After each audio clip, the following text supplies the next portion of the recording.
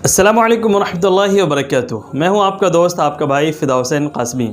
हर हफ्ते की तरह आज फिर मैं आप हज़रात के सामने आज का स्पेशल प्रोग्राम संडे सवाल जवाब पार्ट 6 लेकर हाज़िर हुआ हूं, जिसके अंदर हमने आपके बहुत सारे सवालों के जवाब देने की कोशिश की है। कुरान और हदीस की रोशनी के अंदर तमाम जवाब दिए गए हैं।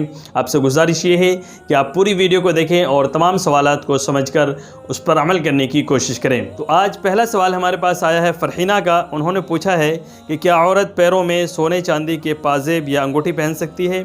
इसका जवाब ये है कि औरतों के लिए सोने चांदी के पाजेब या अंगूठी पैर के अंदर पहनना जायज़ है, लेकिन उसके अंदर ख़याल ये रहे कि वो ज़ेवर बजने वाला ज़ेवर ना हो। जिस तरीक़े से पाजेब वगैरह होती है जिसके अंदर आवाज़ आती है, तो जिसमें आवाज़ आती हो इस तरीक़े का कोई ज़ेवर ना हो, क्योंकि बजने वाले ज़ेवर को पहनने के लिए नबी अकरम सल्लल्लाहु अलैहि वसल्लम ने औरतों के लिए ऐसे मौके पर जब वो बाहर जा रही हो या गैर मर्द के पास से गुज़र रही हो, गैर महरम के पास से, तो ऐसे मौके पर मना किया है। घर के अंदर अगर आप हैं तो वहाँ पर पहन सकती हैं, लेकिन जब भी आप बाहर जाएँ तो ऐसे ज़ेवर पहन कर ना जाएँ। अगला सवाल हमारे पास आया है जनाब अशफाक भाई का। उन्होंने पूछा है कि रिश्ता तय होने के बाद शादी से पहले अपनी होने वाली बीवी से बात करना कैसा है? उसका जवाब ये है कि अगरचे रिश्ता तय हो जाए, लेकिन जब तक निकाह ना हो उस वक्त तक लड़का लड़की एक दूसरे के लिए गैर महरम है, एक दूसरे के लिए अजनबी है। इसलिए शादी से पहले अपने मंगेतर से जब तक कि निकाह ना हो जाए उस वक्त तक बात करना जायज़ नहीं है। जब निकाह हो जाए तो निकाह होने के बाद आप बात कर सकते हैं, लेकिन निकाह से पहले पहले आप दोनों अजनबी हैं, इसलिए बातें करना जायज़ नहीं है। अगला सवाल हमारे पास आया है जनाब मोहम्मद आदिल साहब का। उन्होंने पूछा है कि वोट हासिल करने के लिए इलेक्शन के मौके पर जो पैसे बांटे जाते हैं, उस पैसे का बांटना और इसी तरीके से उस पैसे का लेना ये कैसा है? इस्लाम इसके बारे में हमें क्या रहनुमाई करता है? उसका जवाब ये है कि वोट लेने के लिए पैसे देना ये एक किस्म की रिश्वत है, और इस्लाम ने रिश्वत देने से भी और रिश्वत लेने से दोनों से मना फरमाया है। इसलिए वोट के लिए पैसे देना या पैसे लेना ये दोनों हराम है, इसलिए हमें इससे एहतराज़ करना चाहिए, बचना चाहिए। अगला सवाल हमारे पास आया है जनाब मुनीब आलम का। उन्होंने पूछा है कि सरकारी पेंशन की रकम जो लोगों को दी जाती है उसका लेना कैसा है? उसका जवाब ये है कि सरकारी पेंशन का हुक्म ये इनाम की तरह है। जिस तरीके से इनाम की रकम को लेना जायज़ है, इसी तरीके से सरकारी पेंशन के पैसे का लेना भी जायज़ है। अगला सवाल हमारे पास आया है हिफ्ज़ुर रहमान भाई का। उन्होंने पूछा है कि क्या गैर मुस्लिम जो दुनिया के अंदर भलाई करते हैं, नेकी के काम करते हैं, तो मरने के बाद उनको कुछ बदला मिलेगा आखिरत के अंदर या नहीं मिलेगा? उसका जवाब ये है कि आखिरत के अंदर बदला मिलने का दारो मदार ईमान पर है। जब तक उसके अंदर ईमान नहीं होगा उस वक्त तक आखिरत में कुछ भी बदला नहीं मिलेगा। अल्लाह ताला अगर चाहें तो उसको इस दुनिया के अंदर ही उस भलाई का और उस नेकी का बदला दे देंगे, लेकिन मरने के बाद जो दारो मदार है वो ईमान पर शर्त है। अगर ईमान है तो उसको बदला मिलेगा, ईमान नहीं है तो बदला बिल्कुल नहीं मिलेगा। इसलिए गैर मुस्लिमों को जो कुछ भी अगर वो भलाई के काम करते हैं, नेकी के काम करते हैं, तो अल्लाह ताला उसको दुनिया के अंदर ही उसको बदला दे दिया करते हैं, आखिरत में उनको कुछ भी बदला नहीं मिलने वाला है। अगला सवाल हमारे पास आया है निदा का, नोएडा से। उन्होंने पूछा है क्या मियाँ बीवी जमात से नमाज़ पढ़ सकते हैं?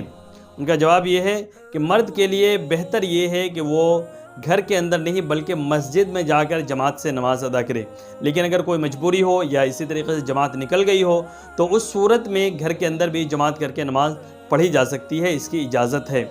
लेकिन उसमें शक्ल ये होगी कि जिस तरीके से अगर दो आदमी नमाज़ पढ़ते हैं एक साथ, तो इमाम जो है वो दूसरे शख्स से थोड़ा सा आगे होकर के खड़ा हो जाता है, उसके बगल में एक तरीके से खड़ा होता है, पीछे खड़ा नहीं होता है। लेकिन अगर मियाँ बीवी भी जमात से नमाज़ पढ़ रहे हैं तो उस सूरत में जो शौहर है वो आगे खड़ा होगा और बीवी उसके पीछे खड़ी होगी। बगल में खड़ा होना, साइड में खड़ा होना ये सही नहीं है और ये जायज़ नहीं है।